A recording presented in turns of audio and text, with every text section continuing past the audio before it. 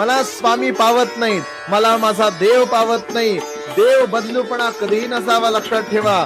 33 कोटी प्रकारचे किंवा 33 प्रकारचे देव जरी आपल्या आयुष्यामध्ये असतील आणि त्यातला एक देव जरी आपल्यावर कृपा करायला लागला तर माणसाच्या आयुष्याचं 100% सोनं होतंय, हे लक्षात घ्या.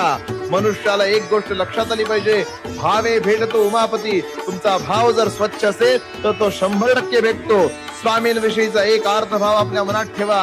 एकदा जो मी गुरु केला, मी न सोडे कदा त्याला, तो न सोडे कधी मला. या उक्तीप्रमाणे आपल्या भगवंताच्या चरणी, आपल्या आराध्याच्या चरणी आपलं जे काय चांगलं वाईट आहे ते सगळं सोडून द्या.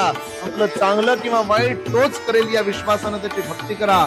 सगळं जर श्रीमंतीच्या तराजूमध्ये तुललं गेलं असतं तर जगातली सगळी देवस्थानांमधल्या सगळ्या मूर्ती या पाषाणाच्या सोडून सोन्याच्या असत्या, लक्षात घ्या. आज देहू ओळखले जाते तुकाराम महाराजांच्या भक्तीमुळं, आज आळंदी ओळखली जाते ज्ञानेश्वर माऊलींच्या भक्तीमुळं. आज